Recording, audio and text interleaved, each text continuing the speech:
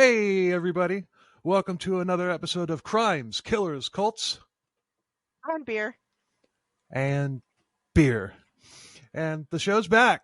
We are back. It only was a couple weeks. Didn't take me as long as I thought it would to find a new co-host. And joining us for her first episode is Sandra. How you doing, Sandra? Tell everybody a little bit about yourself. Well, I am a 41, soon to be 42-year-old school teacher. I teach middle school students. Yes, I do. And just general lover of all things crime, horror, creepy, things like that. So I'm happy to be here. We're happy to have you. And I'm sure everybody was expecting me to bring in somebody that had been on the show previously, like as a guest or something. Nope. Not only have you never been on the show before, you've never even done a podcast before. I haven't, so this is new for me. So to all your viewers, be gentle. Well, they're your viewers now too. To all my viewers, be gentle. This is my first time. You always got to be gentle the first time, right? I'm not going to touch that with 10-foot pole. So, just jumping right into it. Glad the show's back. I kind of got bored on Sundays not doing it, so today we're covering a Dr. Death, Michael Joseph Swango. This guy was a piece of shit. Yeah. I mean, you kind of expect your doctors to help you, right? Not kill you, at least intentionally. Yeah. There's this whole Hippocratic Oath thing, like do no harm. That's it's kind of, yeah. Think it's like their prime directive, if you will. He didn't agree with it, apparently. He missed that day in medical school, I suppose. He missed a lot of days in medical school, apparently, because he wasn't that good. He was good at one thing. He was good at offing his patients. I mean, if that was his goal, he was good at that. Yeah. They could have used him in the 40s in Germany. So I'm not going to touch that, but yes. So Michael Joseph Swango was born Joseph Michael Swango, and he was a deadly doctor who's estimated to have committed up to 60 murders from 1981 to 1997 in the U.S. and Zimbabwe, of all places, by poisoning his patients and his colleagues. But he only admitted to 4. And his colleagues all lived, right? I didn't think he killed any coworkers. I think they just, got some nice arsenic poisoning or something. Yeah, none of his coworkers died, but a lot of his patients did. Yeah. He was born October 21st, 1954 in Tacoma on an army base in Washington. His parents were Muriel and John Swango, and he was the middle of 3 kids. The family moved to Quincy, Illinois, where when he was a baby, and that's where he was raised. And John was a strict authoritarian, and he raised the kids under the army discipline. Line up, kids. Take out the trash. But Dad, there's 6 feet of snow. Take out the trash. Move it. Had him marching. Up, 2, 3, 4. The trash is going to take itself out. Boy. I know. John was a soldier in the U.S. Army, and he served in Vietnam. And when he got back, he suffered from PTSD, and he crawled into a bottle of liquor to cope. And like you do. Yeah. His depression and alcoholism led to Muriel divorcing John, and he had been absent for a lot of Michael's life due to him being a career soldier. So Michael Swango became a bit of a mama's boy. Oh, we know a few of those, right? Daddy issues. Was Jason Voorhees? Was he a mama's boy too? Right? Yeah. Trying to think of another one. Bates? Bates was a real mama's boy. Definitely. Oh, and the worst of them all, Wesley Crusher. Oh, poor Will Wheaton. Well, he was early in his life, and then he decided, you know what, I'm going to be a badass. He is a badass. He was a badass even as Wesley. It's okay. No, I mean the actual character. He later became a badass. But Okay. Well, we'll have to discuss Star Trek some other time. But he he had a decent childhood, and all things considered, he graduated from high school valedictorian in 1972. He also played the clarinet in the school band. He was extremely good at it, and even got a music scholarship out of it. But he walked out on that. He just quit. I mean, he joined. Yeah, I mean, a lot of kids. Well, I mean, like they say, like, well, Hitler was a vegetarian painter, and maybe if he would have been able to go to art school, he wouldn't have killed a bunch of people, right? So maybe. You ever think that the person who rejected him from that art school has like some really guilty feelings? Probably, and maybe the person that didn't encourage Swango to pursue his clarinet abilities thinks that maybe they should have pushed him a little harder. Well, he got a scholarship. He chose not to do it. I mean, there's a series on Amazon that's like 4 parts long, dealing with apparently Hitler was a major sexual deviant, and I've kind of been toying with the idea of covering that, but I don't know how well that would be received.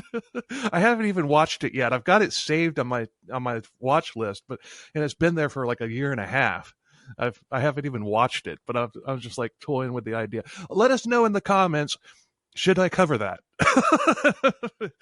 If I get enough comments, then if I get enough yes votes on it or whatever, then who studies it. Like who knew him well enough to be like, I know exactly what Hitler did in the bedroom. I know what he did. I mean, I wonder what kind of person really is like, I'm an expert in Hitler in the bedroom. Yeah. It would probably be a very creepy episode. Maybe we'll do that when I fire up the Patreon page again. Maybe that'll be a Patreon episode. Do that. So he joined the Marines after dropping out of his music scholarship, and he was honorably discharged in 1980 after just 2 years. He then went to college and began studying medicine. He took the strict structure of the Marines to heart, and he lived by it. And he was constantly exercising, and he would even give himself push-ups if he screwed something up. It's like, Swango, that's effective. You did that wrong. Okay, I'll drop and give you 50. That's really effective. I mean, I'm sure a drill sergeant would be like, all right, I don't even have to punish this guy with PT. He just does it himself. Like, I'm kicking my ass. Do you mind? Oh my God. In Jim Carrey voice too. Yeah. Indeed. Or if we want to go religious, the self-flagellation. Well, like in Monty Python, he can chant, the EA to dominate. Bonk. Yeah. The Bible thumpers. That works. In Quincy College, he graduated with honors and got the American Chemical Society Award, which is a pretty prestigious award from what I hear. He then went to Southern Illinois University School of Medicine. And this is where the red flags started appearing, like major ones. He'd been interested in death since he was a kid. He was collecting articles about death and keeping a scrapbook, about it. But he had been a great student. There's little Billy's scrapbook. Yeah. Or little Joseph Swango's scrapbook. And this is Jonestown. This. I think if my kid was into that, I'd be like, even my parents, I mean, I was a weird child, but I don't think I kept death scrapbooks, like this is yeah, that's great. What's the difference between a scrapbook and a true crime podcast? I don't. Well, maybe I'll make a collage or something. But he had been a great student up until that point, and he also got a job as a paramedic, which he actually started putting over his studies at SIU. And this is when he really started getting interested in death, because he saw it frequently. It's like a pervert getting a job as a strip club DJ. Well, I don't know. I don't know if that's a really good analogy, because I'm pretty sure that most DJs at strip clubs are in fact perverts. But I don't know about that. I know one. He's been one for years. He may have been at the beginning, but now he's just so bored with it doesn't even faze him anymore. Maybe that is a good analogy, because I'm sure that Swango, after he killed a few people, it just didn't really faze him anymore. A month before he graduated, he was busted for faking checkups on patients, and he was almost expelled for that. But he was allowed to graduate. I think I left something out here. He was allowed to graduate if he retook the final year.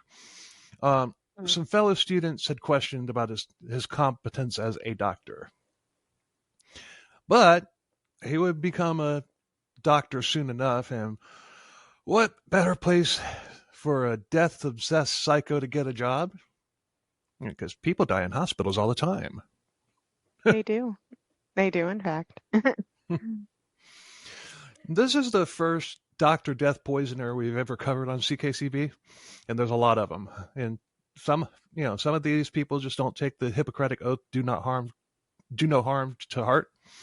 And nope. Maybe they should have taught him that in the Marines as well. Well, but what they teach you in the Marines is, you travel to interesting places, meet interesting people, and kill them. I mean, that's what the military teaches you, right? Allegedly. Sources on the documentary: Very Scary People, Season 2, Episodes 11 and 12, and a little bit of wiki and columbusmonthly.com. November 4th, 1983, in Champaign, Illinois, 19-year-old Cindy McGee, 19-year-old gymnast at the University of Illinois. She was there on a full-ride scholarship, and she was just riding her bike along on campus when she got hit by a car. And she had head injuries, and she was rushed to the hospital, and she was in critical condition. But she was strong. She was improving. And she was taken to a rehab facility at OSU Medical Center. And it looked like she was pulling through. But within 2 days, she was dead, and the last doctor to see her was, of course, Michael Swango. Darn it, lost another one. Yeah, that one was a little strong. Had to use a little more poison on her to keep her down, right? We'll get into exactly what he did to her later. But Swango had just gotten hired there under a surgical internship, and nurses had reported that he had been giving unnecessary doses of medicine to patients, and the patients had gotten sick as a result. Those nurses were laughed off as being paranoid, and the dean of SIU had been petitioned to not pass him. Said dean decided, like I said a minute ago, that he should be given a second chance, and he had to repeat his final year. He did, and he was given the internship after completing that final year. He had the highest number of deaths of patients and he was allowed to. Let me do that again. He even had the highest number of deaths of patients that he was allowed to work on in the university. He even had some gross negligence, don't you think? Like that everybody, even the nurses were kind of like, I don't know about this guy. I mean, his patients keep dying, and the dean is like, yeah. I mean, people die people die all the time. He had an ominous nickname at the university: 00 Swango, licensed to kill. It's a pretty... Ouch. I mean, you laugh that off, but that's pretty gruesome. It's gruesome, but it's a pretty clever nickname. Yeah. In 1984, in Quincy, Illinois, Swango was working as a paramedic, which pays considerably less than being a doctor. And he said that he was getting burned out on being the doctor, and he had to take a leave of absence from the Ohio State University Medical Center. He was That's a lot out of you to kill people, I guess. It's tiring. It's tiring killing all these people. I yeah, don't know how I'm gonna cope. have some compassion here. I mean, he was very good at assessing an injury and helping the victim. So because of his skill, nobody really thought anything of the leave of absence until much later when he finally went down. I mean, they were happy to have him at that point because he was good. But yeah, it's one of those things where I mean, that must have just been the only reason he was able to keep doing it for so long, because if he sucked at actually diagnosing and choosing the right treatments, then they'd be like, this guy just sucks, get rid of him, he's no good at anything. But well, I mean, BTK, he had he sold a lot of security systems in Wichita, just because people were scared about what he was doing. Convenient when you sell the security system to the people, right? Yeah, and he also became a compliance officer later on, and he was like a real dickhead to everybody. But the local government loved him because he was writing a lot of tickets and making them a lot of money. Well, that's basically the bottom line, right? Money is always the bottom line. Always. Yep. Yeah, like Michael Lang says, money, the bottom line. That's one of my characters. In my mind, I'm a money, and my money, I'm a mind. Now this guy's an idiot promoter and wine connoisseur. In September of 1984, Michael brought a box of donuts in for the crew. One medic ate one, and within 20 minutes he was sick, like vomiting, profuse sweating. And while he was in the bathroom, another medic came in and started doing the same thing. Are they from Dunkin'? Didn't say. Or don't do that to Krispy Kreme donuts, though. Hate that. I don't know what is Dunkin' nationwide? Probably. I think so. Yeah. Yeah. They're on your side, right? No, that's Nationwide is on your side. Oh, it was Dunkin' is what's their little thing at Dunkin'? I don't remember a Dunkin' Donuts jingle. They had a little slogan like wake up with Dunkin', or like it's a good morning with Dunkin'. I don't know. I gotta look that up, but it's something. I know I'm blending all of these little jingles together. Dunkin' Donuts goes great with arsenic. At least it tastes better going down, right? Well, arsenic is kind of sweet. I don't know from experience. I know it from doing the research on this episode. Are you sure? Maybe. The health department investigated the donut shop, and they had no complaints about other people getting sick. And all of the other food that was in the refrigerator was tested, and there was nothing wrong with it. So they just decided that it had to be something else. Just two tainted donuts. Yeah. The next night, a medic and Swango were manning an ambulance at a high school football game. There he asked the medic what his ultimate ambulance call would be. And Swango said that his would be a busload of kids hitting a fully loaded gas tanker truck head on. He described the carnage that he wanted to see, with charred bodies hanging out the windows, with some of the kids being blown out of the bus and into barbed wire fences. The face of his partner at that moment.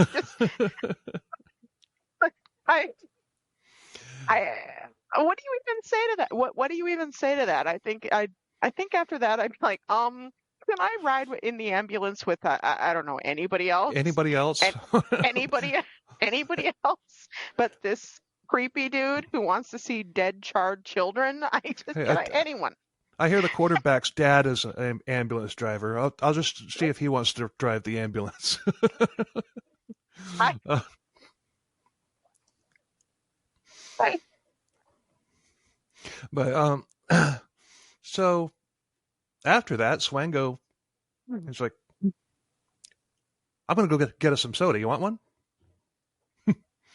So the medic says, No. sure. Yeah. Correct answer to that is no, thank you. No, thank you. By the start of the third quarter, he was getting sick. The guy was getting sick yet again. And Swango started interviewing the medic, asking him how he was feeling. Like, nausea? Vomiting? Yeah, he was making light of the situation.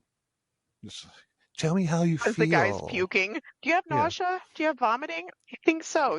Yes, yes, I do. Is it a deep ringing sensation, like a wringing out a wet towel sensation that your stomach is doing when you vomit?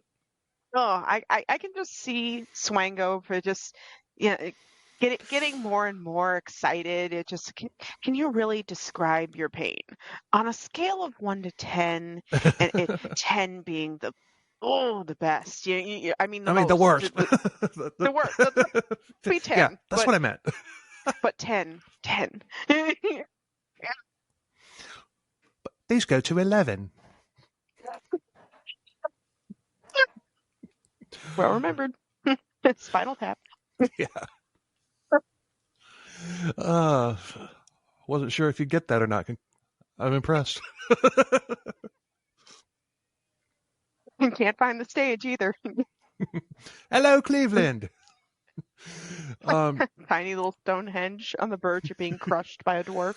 I saw them in concert back in the 90s, and for that song, it's like a whole bunch of like those little styrofoam rocks started raining down. Like they actually had it big this time and up in the rafters, but it was too big and it broke. Well, that's great. I would have loved to see that, or if they actually just brought down the little 5-inch stone stage, this is what you put on the specs: 5 inches, 5 by 7, right? I kind of equate seeing that concert with people that got to see Led Zeppelin in concert. It's just it's like a status symbol type of thing. It's just like they only did one tour, but yeah, you're showing your age, I think. I do it all the time. I'm 29, almost 30. I'll go with that. We'll go with that. September 27th, 1984, he brought sodas for several of the medics, and he took one of them into the bathroom, and when he came out, one of the sodas that he handed to one of the medics had been opened. I don't think I'd take any soda that had gone to a let me just take your drink to the toilet. I'll be back in just a minute. And then just here, it's refreshing. It might be a little warmer than you're used to, but it's good. Why would you take that?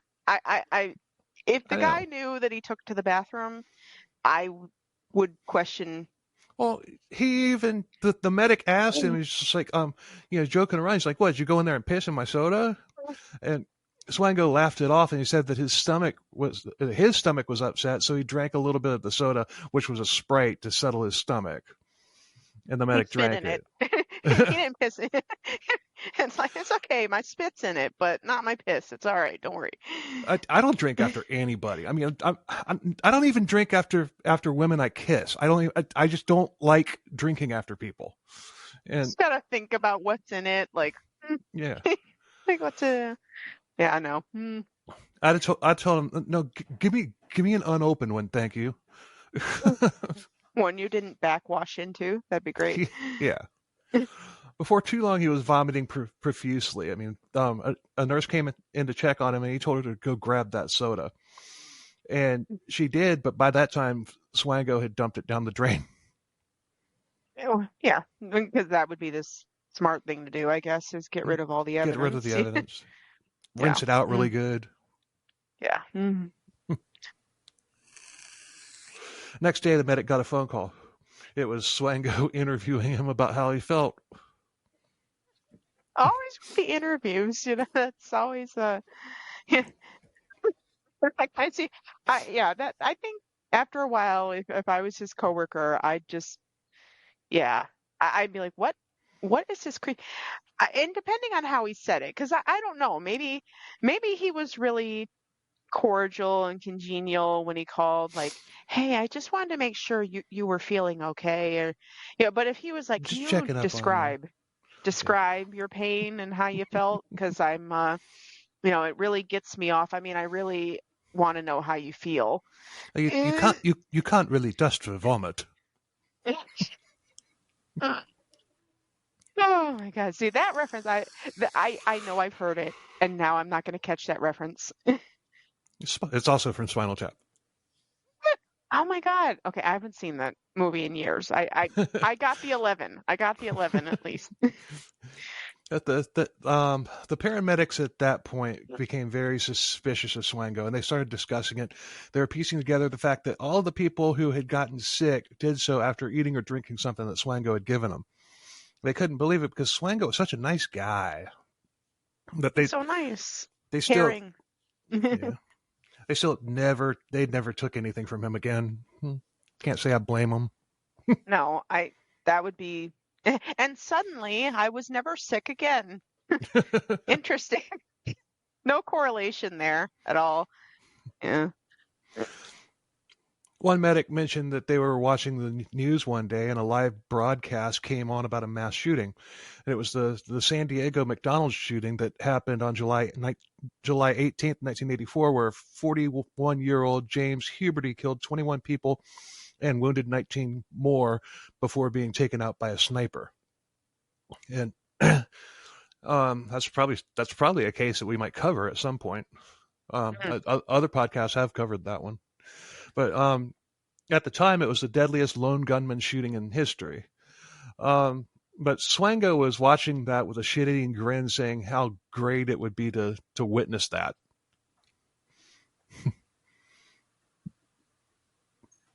Wait, the thing about it is that it, you would think that someone who committed the crimes that he did would be a little more subtle about how he behaved otherwise. That's what kills me, the fact that he was able to continue doing this for so long, and there were all these red flags and all these things, but nobody ever really said, that's creepy, that right there, like, he's a creep. And so I don't know, like, that's so crazy to me.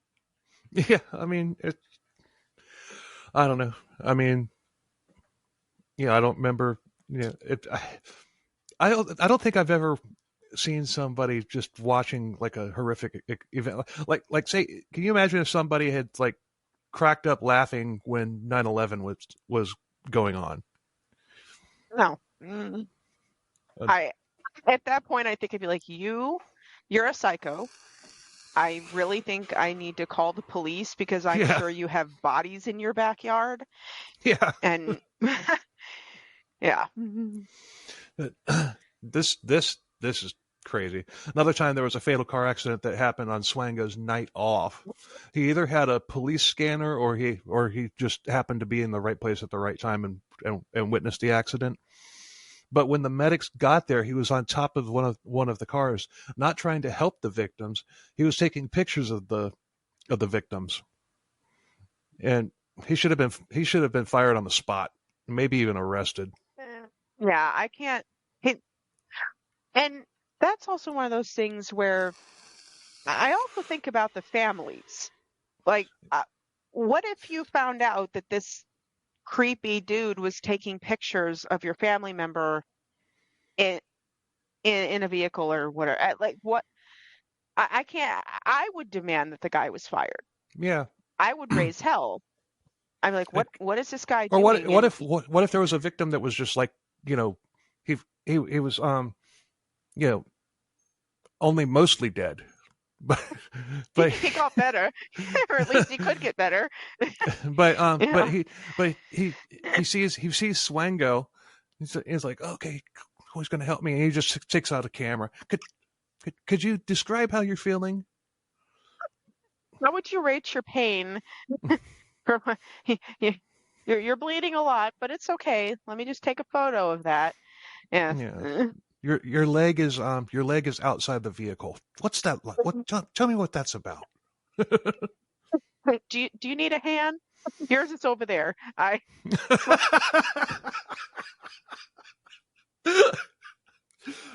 First episode, she gets me. I oh I'm sorry. No, that's good. That's awesome. I love You. it. But at the time, all the medics had was circumstantial evidence. Local newspaper had been tipped off as well, but there was literally no story. Plus flu season had been particularly bad that year, and plus it's really hard to believe that a doctor or a paramedic would actually do something that horrific. Poisoning people. Yeah. Usually they don't. I hope, No. for our sakes. In October of 1984, the medics got sneaky. They staged a fake ambulance run that Swango was on, and while they were out, the other medics went through his personal things. In his bag, they found a bottle of ant poison. This is just water. Is it? Yeah. I think it'd be better if you had this is my big gulp beer. I've done that before. But Oh. In his bag, they found a bottle of ant poison that contained arsenic, and that's one of the oldest poisons in the history of the world.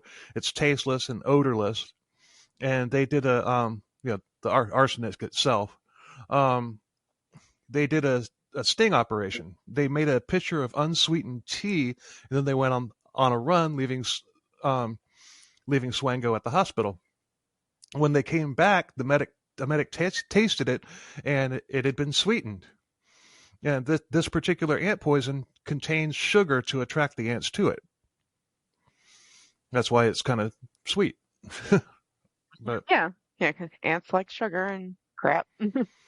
The tea was taken to the lab and analyzed, and sure enough, it had arsenic in it, and there was more than enough in it to kill somebody. See that poor guy working out, drop dead after that. Later in October, presidential candidate Walter Mondale was doing a campaign stop in Quincy. Swango wanted to be on the team that would tail him, and that request was obviously denied. You know what I'd really like to see? His mangled body in a car. Well, Mondale had other problems during that campaign. It's just he's only the recipient of the biggest electoral blowout in the history of the country. He only won one state. But it was a very good state. I think it was his home state, or maybe it wasn't. I don't think it was. I don't think it was his home state. I don't even think he carried his own home state. The other state that he won was probably I don't know, California, Wyoming, or something. Nowhere lives there. No one lives there, and so No, he wouldn't have won Wyoming.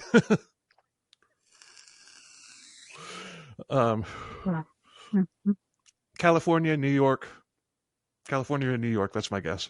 One or the other. But big state to win, though. No, he didn't win California because that's where Ronald Reagan was from. This is before my time. History is not my thing. It had to have been New York then. But no, I don't care about politics, but the history of some of these elections and everything, I do like to read into, and I remember that election when I was a kid. So now you are showing your age. Yes, now you're definitely. Yeah, it was. Yeah, I'm almost 31. Yeah. Yeah. Our birthdays are just a day apart, 2 days apart. Mine's the 7th. 9. Yeah, 2 days apart. Yeah. Great. A pair of September Virgos. That's it. What could go wrong? Nothing. It'll be to perfection. Or else. Yeah. But, okay, where was I? The police were called, and they showed up, and they started taking reports from everybody. They were building a case. And the fact that he had arsenic was deemed circumstantial due to the fact that nobody had actually seen him spike the drinks. But hair samples were taken because if arsenic is ingested, it will show up in somebody's hair, and every sample had arsenic. Yeah. A warrant was issued, and they set a trap where Swango could be arrested without incident. There was an incident. It was an incident. And I just fucked it up again.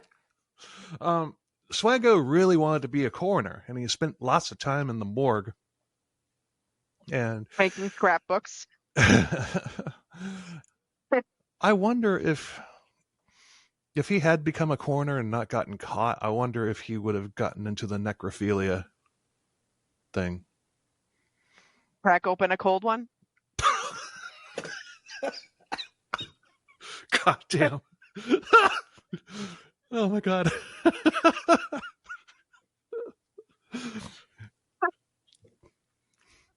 I love this woman.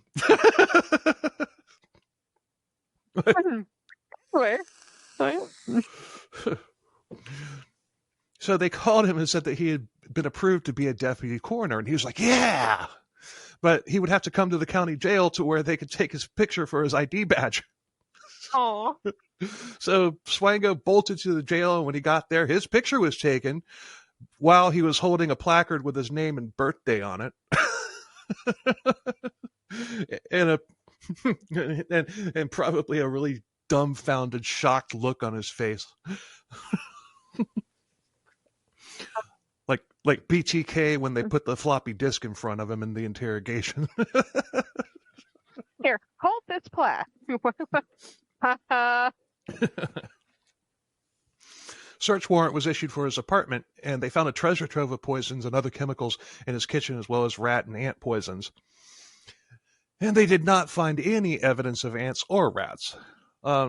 They also found... Well, of course not. He had enough poison to kill them. Come on. But put a knife in that.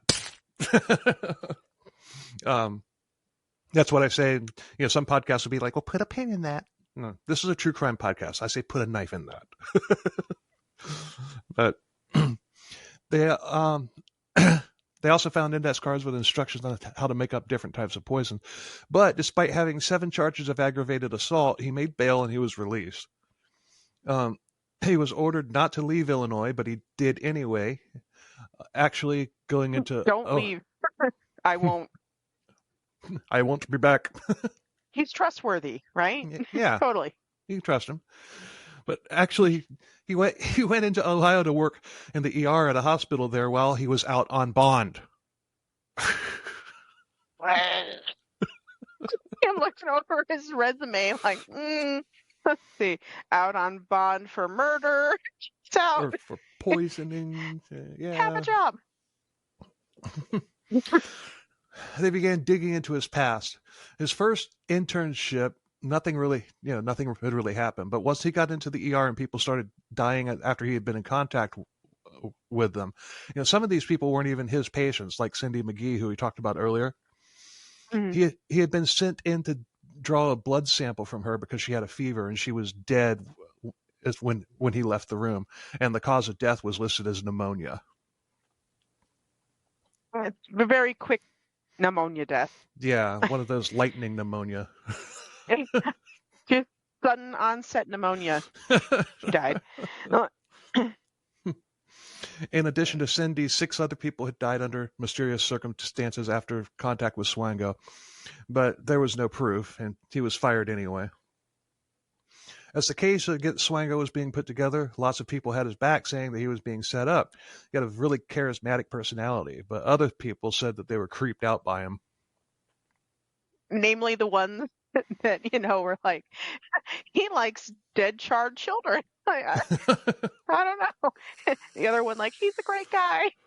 Great guy. Now, this is interesting because Swango chose a bench trial where only a judge would be able to hear the evidence. Now, on the surface, you'd think that a jury trial would have been better for Swango himself because he could probably sway a couple of the jurors and convince them that he was innocent.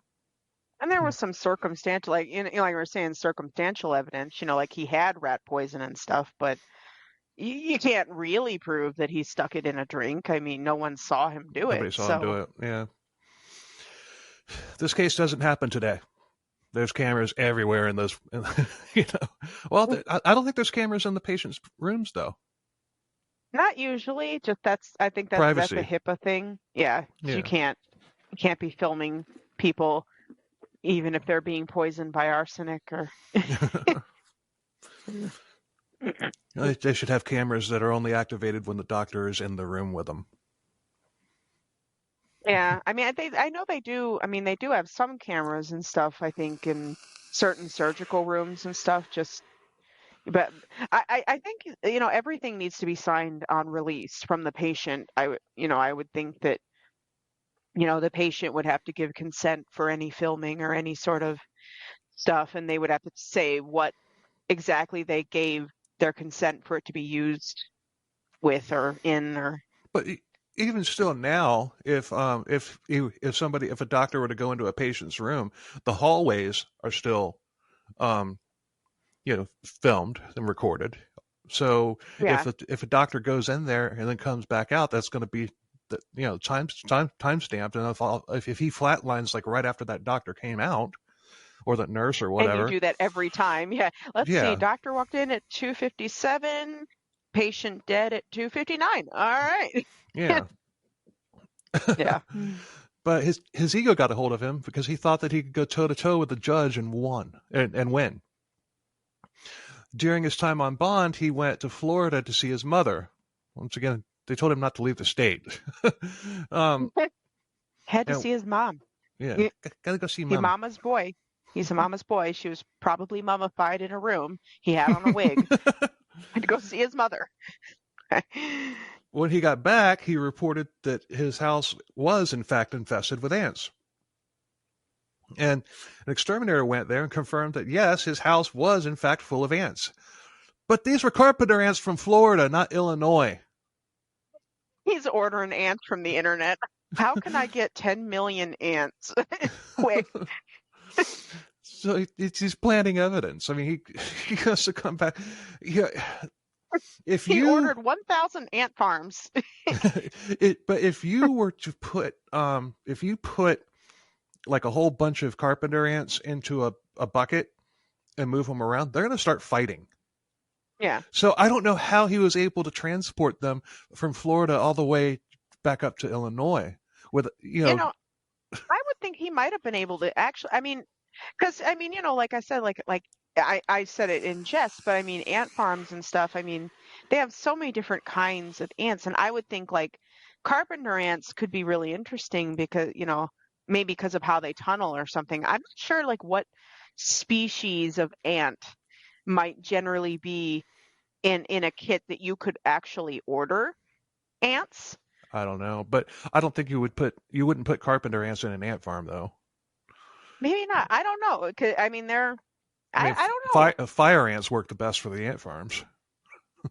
Uh, I mean, I'm not saying that they're the best ants to hand around, but they do all that tunneling and stuff like that, and they do. in dirt, They do. in dirt.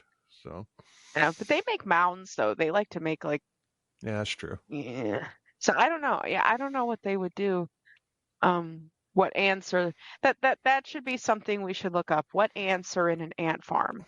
Like, what can you purchase? Well, I made one out of a large pickle jar when I was a kid, and I used fire ants.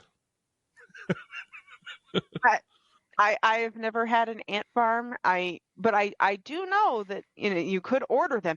Because it was funny because they had all these science kits. 'Cause I'm a science nerd, and they had some kits where you would order the kit, and they had the whole little setup, and then the ants came separate.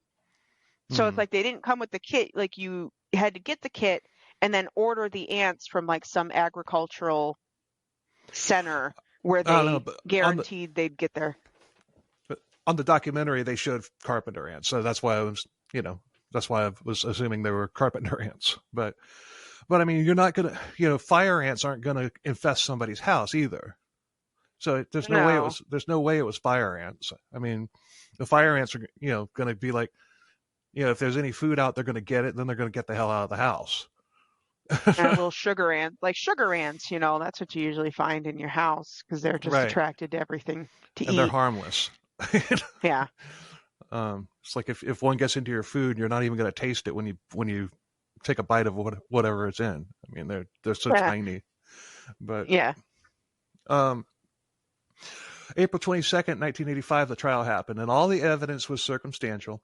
He claimed that he had all the poisons in his house because he was trying to develop antidotes. Like antivenom? Like, is he milking snakes and stuff too? Like, Maybe. Maybe he's milking carpenter ants. I don't know. How do you milk an ant? I don't know. Well, carpenter ants don't even inject venom into you. They just bite.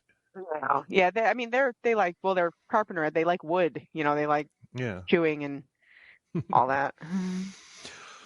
But he was found on May 3rd, 1985. Swango was found guilty of poisoning 6 of his coworkers, and he swore he was innocent.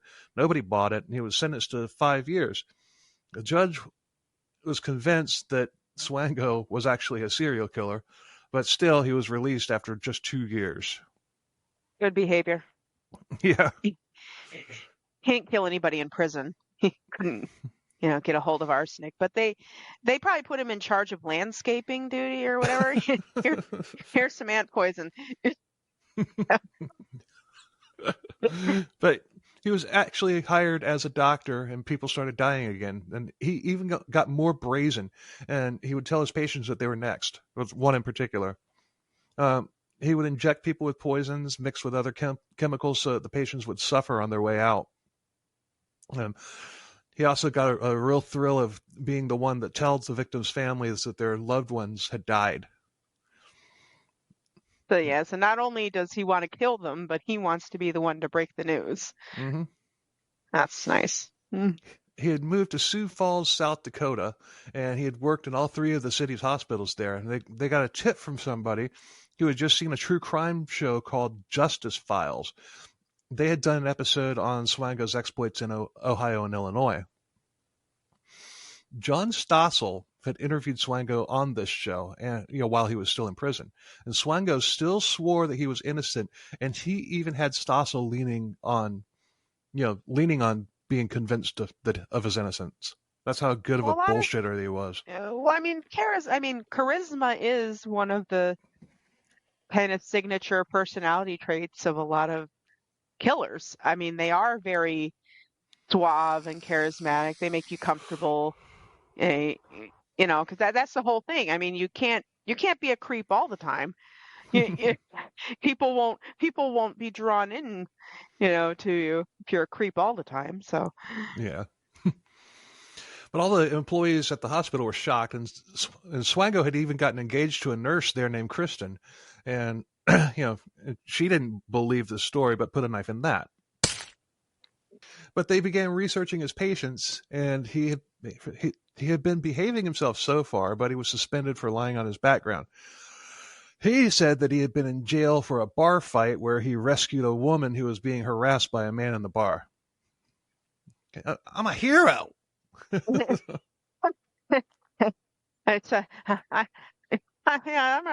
I'm a real patriotic, upstanding citizen, real hero. I'm a Marine and a doctor. Yeah, that definitely could be part of why he got sympathy, and no one really dug into it. Everyone seems legit. Yeah. But he was fired. But he still swore that he was innocent. In 1993, he and Kristen moved to New York. There, he got a job at the VA Medical Center in Northport, Long Island. There, he came into contact with a disabled and wheelchair-bound World War II vet named Thomas Samarco. He was just there for a routine exam, but he immediately got sick, and there was belief that he had a staph infection in his brain, and he was put in the ICU. He reported that every night a young doctor would walk by his room and say, "You're next." His death Can was you imagine like surviving World War II just to be taken out by some by this piece of shit. Yeah. crazy like it's like I survived, you know, being in the line of fire, and I'm a 90-year-old veteran or 80. Well, I guess at that time, whatever. But Yeah. But his death was soon after, and it was reported as natural causes. One doctor reported that Swango had been convicted of poisoning, so they began investigating, and of course the truth came out. And as usual, he denied everything. They then asked if they could check his office, and his demeanor changed. He said no, and he stormed off. Right. Like, what a way to raise suspicion on yourself. yeah, like, excuse me, can we just check your office? Office? What office? I don't have an I have an office. office. No. No, it's for the basement. There's a lot of ants down there. There's a lot of rats in my office. He was fired and Swango vanished, and the FBI got involved and tracked him to Atlanta, where he had been working at a water treatment facility. That's not good. How can I poison an entire population? Yikes. But from there, the trail went cold and he was gone without a trace. And he was a fugitive now, and he was in the wind. In the deep dive into his past, it was found out that he had forged a document from the Illinois Department of Corrections saying that he was charged with a bar fight, and that the governor of Virginia had restored his rights, which was not true because this was an Illinois case. I mean, the governor of Virginia liked him. Okay, the governor of Virginia knew that he needed to be pardoned. Well, I mean, he's a really good exterminator. I had ants and rats in my house, and he got rid of them. Now there are none. Yeah. I had a grandma in my house too, and now don't have it anymore. Yeah, not related. Right? My mother-in-law. Well, he also lied on his job application at the VA hospital, which was a felony because the VA is a government institution. That's why the FBI got involved. He was charged with that, so now they could legally arrest him for, just all they had to do was find him. And this arrest warrant was international as well. And Interpol was involved as well because they, just in case he tried to leave the country, they didn't know where he was. But the FBI and Interpol were working together. So, but the case went cold for 4 years, and Swango was arrested in Chicago for coming back into the country, and he was arrested and taken to New York. His passport was stamped in Zimbabwe. Yeah, that place. The FBI had been working with Zimbabwe law enforcement to find out what he was up to while he was there. And Zimbabwe at the time was in the middle of an AIDS outbreak, and there was a shortage of doctors. And lots of doctors from other countries were brought in. He was assigned to the Benin Mission Hospital, and they were grateful to have him. He was put in OBSTETRICS.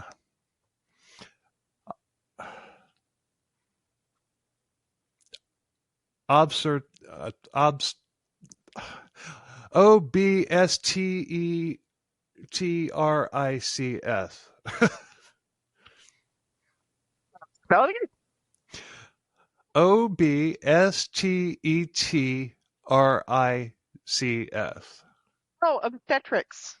That. Oh, so now I can go to him when I need to have my baby. Yeah. Um, Great. if you didn't get it, I was going to say it has something to do with childbirth, Yes. but he had said that that was his specialty, and it didn't take too long before the hospital realized that he had no clue what he was doing. He's standing there with a catcher's mitt. Okay. Got Like, the I don't think salad this guy knows what he's spoons. doing. Get the machine that goes ping. Break out the salad spoons. Do you mean the forceps, sir? Yeah, yes. Yeah, Yeah. that. In the United States, we call them salad spoons. Technical term. There was also a rash of suspicious deaths, as well as people who had gotten lockjaw after being seen by Swango. Yeah. Tetanus now too, right? All right. Some of the victims were exhumed, and autopsies were done, and they were looking for evidence of poison.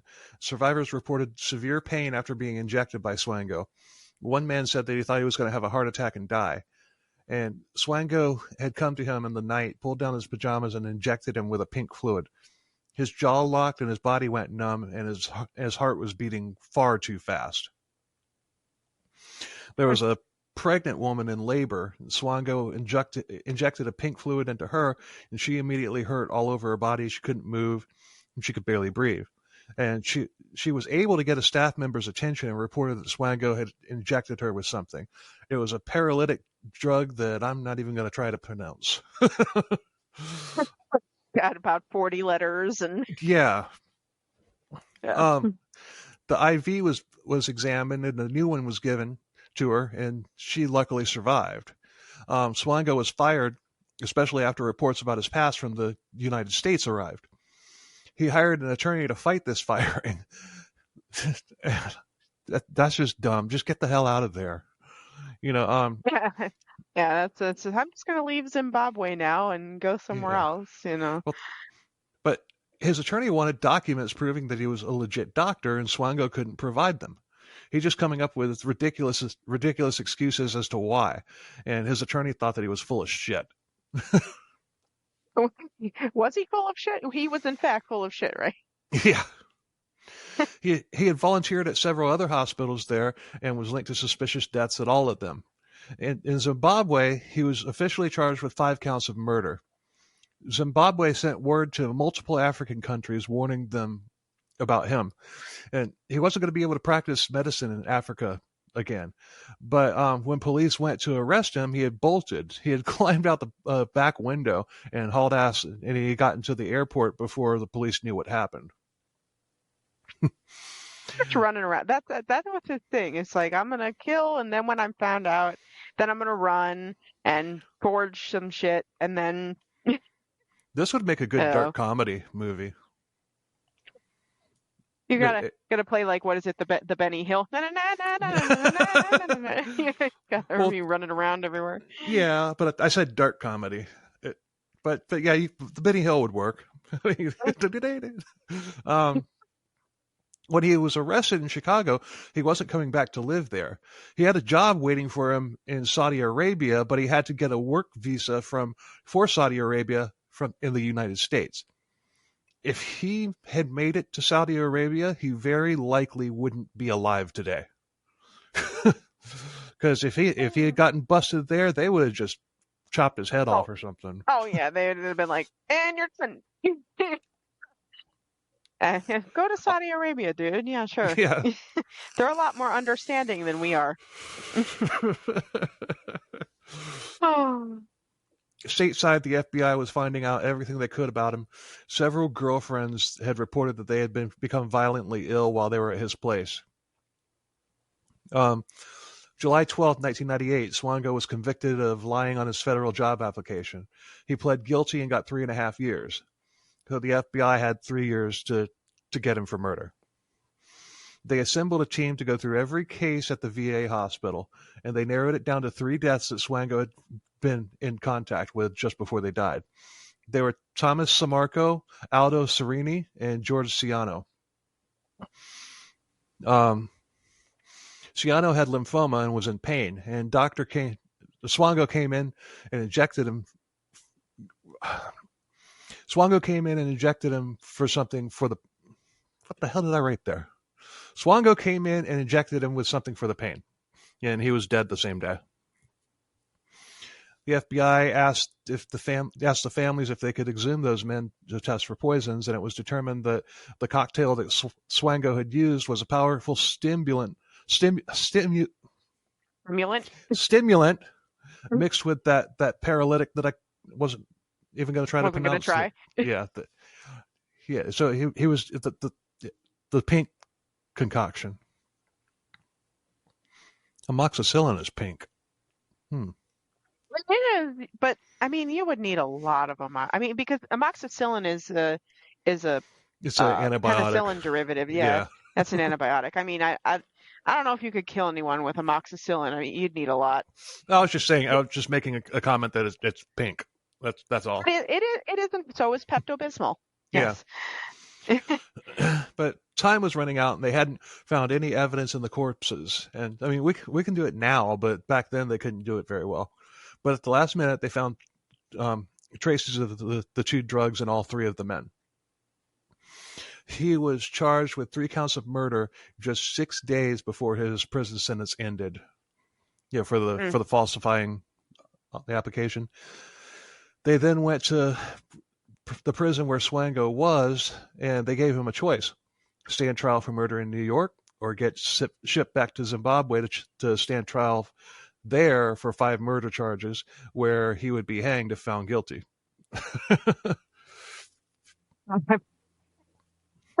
Well, yeah, hang in there, dude. Yeah. So, Swango pled guilty under the condition that they took Zimbabwe and the death penalty off the table. He was charged with 4 murders, the 3 in New York, and Cindy McGee's murder in Ohio. September 6th of 2000, he was sentenced in New York, and he admitted to getting his kicks off watching these people die in front of the. He said he liked getting his kicks off of watching them die in front of the victims' families. That's even better. October 18th of 2000, he pled guilty to murdering Cindy McGee. He injected her with potassium directly into her heart, and she died instantly. Oh, I mean that takes some force. I mean, to really, Yeah, Pulp Fiction. Yeah. That scene just makes me cringe just thinking about it. Poor girl. Stay away from the drugs. You won't have to worry about having a needle pierce your heart after going through your sternum. Well, yeah, between the ribs, you gotta get, yeah.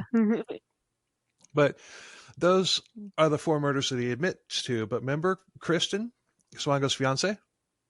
Oh, yes. Shortly after leaving South Dakota, they broke up, and she killed herself allegedly. The family had kept a lock of her hair and allowed it to be tested, and it was loaded with arsenic. He had killed her too and gotten away with it.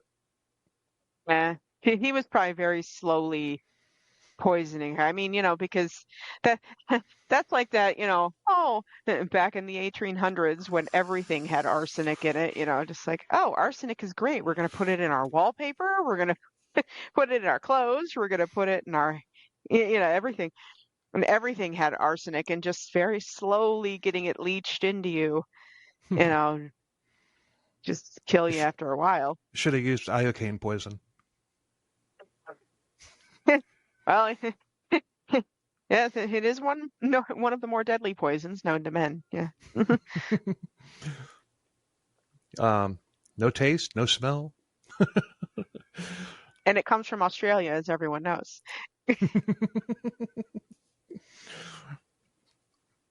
And you apparently can develop a tolerance for it by taking it in small doses over a period of time. So build up an immunity. Yeah, iocane powder, yes.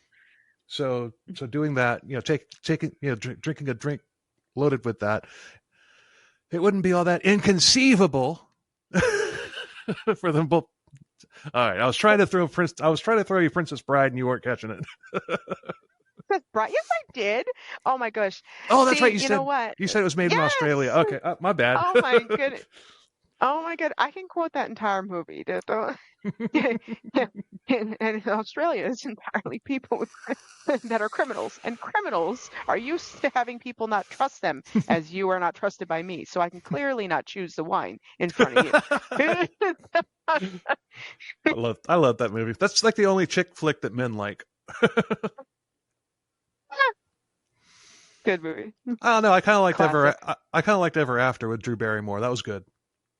See, I've only seen that movie about once. But it was cute. But nah, Princess Bride is a classic. Yeah. And then, yeah, you got to watch Princess Bride and all those other little creepy movies from the 80s, like Labyrinth and Neverending Story, Yeah. where all my childhood trauma started early. So he was hashtag, but I digress. He was sentenced to life with no parole, but if he does manage to get paroled, like by some loophole or whatever, he'll still have to go to Zimbabwe and stand trial there. So, And hopefully they'll just hang him. I don't yeah, know. Do they do hangings in Zimbabwe I don't know I'm what the sure they do. punishment in Zimbabwe is anymore. Well, it's probably lethal injection by now, but still. Wait, I don't know. I mean, some of these countries haven't really caught up with the lethal injection. They're still like, chop his head off. Hang him, firing squad. You know. But he's at the Supermax Federal Prison in Colorado. And he has said, and I quote, "The chilling truth is that there were far more than reported and was almost always totally at random." Mm. His body count is believed to be around 60, and he's constantly interviewed, but he refuses to give any more information about other victims. And didn't you tell me that he also had a pen pal? He did, in fact, have a pen pal.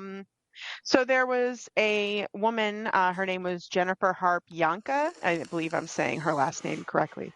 Her father was one of the lead investigators in Ohio, and he was part of the Ohio University Police. And his name was Richard Harp. He was assigned to Swango's case. And he kind of felt like, this was one of the ones to really get away. Swango. Um, could never really be pinned down. Like he got evidence, but again, circumstantial stuff, that really couldn't be used in a court of law to really pin him down. And her father often brought up Swango's name, and she heard Swango's name throughout her childhood. This was just a guy that she knew about and she heard about. And she ended up becoming a counselor and a psychology professor. And Swango kind of intrigued this Jennifer Harp Yanka. So she decided, without telling her father initially, because she didn't want to freak him out, be like, hey, I'm writing the killer that, I'm writing Swango. She really wanted to kind of get into his psychology and see what it was that made doctors or healthcare professionals want to harm their patients or do anything to their patients that was unethical. So she started out, she like writing him letters, and she started out really just very casual, like, hey, how you doing? Introduced herself, said, my father's Richard Harp. He worked on your case. And she didn't really expect that Swango was going to respond to her, but he did. And when he responded to her, he even mentioned her father, said that, oh, I remember him, and said that he was one of the more professional and courteous people that he'd been interviewed by and worked with as far as the police and detectives went. And he praised her father, which I don't know if that would make her father feel better or not. But, she kind of started corresponding with him over time. Was she trying to get information out of him? She really wanted him to admit to more than what he admitted to in court, or at least just get him to explain why, what he was feeling, why he wanted to do it, what drove him to kill. And I mean, it sounds like, How a does lot of being it was, incarcerated make you feel? yeah, tell me on a scale of 1 to 10, how would you rate your pain being incarcerated? Yeah, but she was corresponding with him, and for a while, she was trying to talk to him. I know he wrote some letters to her about some of his relationships and stated that he liked to be with older women.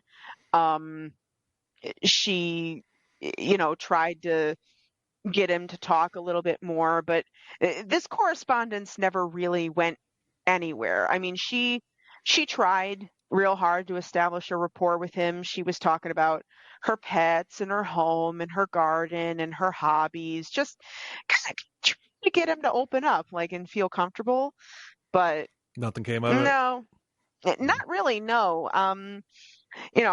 There's a few, pictures of letters and stuff. You know, uh, it was just, yeah, it was just kind of crazy how um he didn't own up to anything. She never got any real closure from Swango, and I think it's just telling that he admitted to those four, suspected of 60 or more. He's never going to talk. No. That he's never going to admit that. Well, she was trying to do what Gillian Lauren did. The She wrote the book Behold the Monster, which was a book about Samuel Little, which is officially the most prolific serial killer that the U.S. has ever had. And Mm, and she got into his head, he got into her head, and all that stuff. And but because of her, the case against him was blown wide open. Just because of her correspondence, and she was probably trying to do the same thing that Jillian was doing.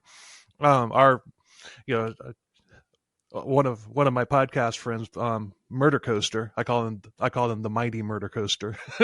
But they did a interview with Gillian Lauren, and she's talking about like all she went through with her correspondence with Samuel Little. That's chilling. But hmm it's Yeah, I mean, I read some of the letters, and like I said, like you can find some of the letters um online, like she tried, at one point she wrote him and said, Michael, you may have a complicated long criminal past, but just in the last year or so that we've exchanged letters, you are way more than someone to be pigeonholed as a very scary person. Would you agree? So that kind of persuasion, the kind of, how do you picture yourself?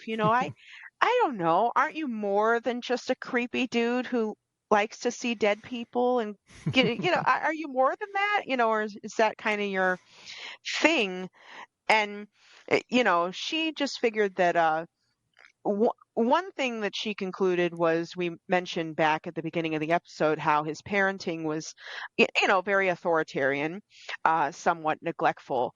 But she kind of believes that he just never really learned empathy, from an early age. And children who grow up in homes that are not empathetic, they don't learn to relate to other people. They don't feel grief in the same way. They don't, think about how others feel. And um, and she thinks that maybe if Swango had gotten some type of a hug. therapy early on, yeah, hung, yeah, if he'd been hung, he wouldn't have killed as many people. But no, but maybe if he'd gotten some therapy, that he may not have turned into this type of monster. That it could have been a case of nurture, I suppose, rather than a nature type thing, that he was kind of a created killer in that sense. He kind of had So, I mean, he was definitely a process killer. Yeah. But I'm wondering if there was a childhood head injury. To be honest with you, Yeah, that could have been it too. I don't know if yeah, she basically stopped corresponding with him um after several years because wasn't going it really anywhere. wasn't going anywhere. No, and he wasn't giving her anything. Although, that's also part of I think to myself, because he's obviously very manipulative, you Right. know, and thrives off of, feeling like he's in power. Um, so I think he probably knew where she was going. Especially being a medical doctor too, maybe not in the field of psychology or anything, but being a medical doctor, he probably knew, oh, I know where you're trying to go with this, and I can string you along for a while and feel like I'm giving you these tantalizing little tidbits that I might talk and then leave you hanging and unfulfilled. And because I don't get much entertainment now that I'm in this super max prison in my little box, alone. So, Yeah, that was. I couldn't imagine that. If I ever found myself in solitary confinement, I'd be like, just give me a notebook and a pen. Just let me write. well, and so like this prison, because I was, I even looked up this prison too, Oh, interestingly enough. it's the And most secure prison in the United States. it's because I watched an interview with one of the former wardens or whatever of this prison, and just the I fact that these people are alone all the time. They're rarely let out of this little cell. They have no interaction with other people. Their food is slipped through their door. They don't even go yeah to a mess hall. It's just like it's just here. They're a little rat in a cage. Here's your food. Here's your water. And I think even the warden said that that he witnessed hundreds of force feedings because a lot of these prisoners, they try to starve they themselves to do. death. Yeah, because eventually they're like, well, I can't live with this anymore, so I'm just not going to eat. That's the most passive way to kill myself. And no, they'll tube feed them, Yeah, keep them alive. I It's was it's I was crazy. thinking I was thinking that BTK was at that same place, but he's not. He's at a different one in Colorado. But Yeah. No, I know a few oh, there's a whole wing for terrorists that are there. Um there's what is it, the Waco from Waco, um the Unabomber. no, the Unabomber wasn't Waco, but No, where was I but I think there's someone there. Yeah. There's a few high level people there, but think that's yeah. where El Chapo is too. That yes, El Chapo is there. Yes. El Chapo is Yeah, there. there's yeah. I've wanted to do a episode sometime about like where some of these people wind up. Just get like a potpourri episode, get them all together, and just talk about it and whatnot. But I'd have to figure out exactly how to do that, make it interesting. But Yeah. um, well, anyway, that was a that was a that was a good that was a really good job with your maiden voyage as a podcaster. You Yay. can you can now tell everybody that you're a podcaster. I am a podcaster. um, and that was good. It was a fun one. I wasn't sure how long it would be. It was a rather quick one, and I'm kind of I'm sure my listeners will be thankful for this. I'm going to try to kind of shorten the episodes a little bit. I mean, if it happens, fine. If it doesn't happen, that's fine too. But I'm it's just however long it takes to get through the information. I'm not gonna, you know, trying to make the podcast better. And I feel like just by virtue of this first episode with you, it already is better. So I'm glad. I'm so happy. So, please hit subscribe, like, rate, review, comment. I swear I need to just write this down and have it in front of me because I always Do bungle all the those. things for the episode. Do all the things for that required. If you like us, tell a friend. If you hate us, tell a foe. So, but how could you hate that beautiful face? If you hate us, don't tell anybody. Just go away. No. If you hate us, tell the people that you hate. The enemy of my enemy is my friend, right? Yeah. So, with that being said, till next week. Later.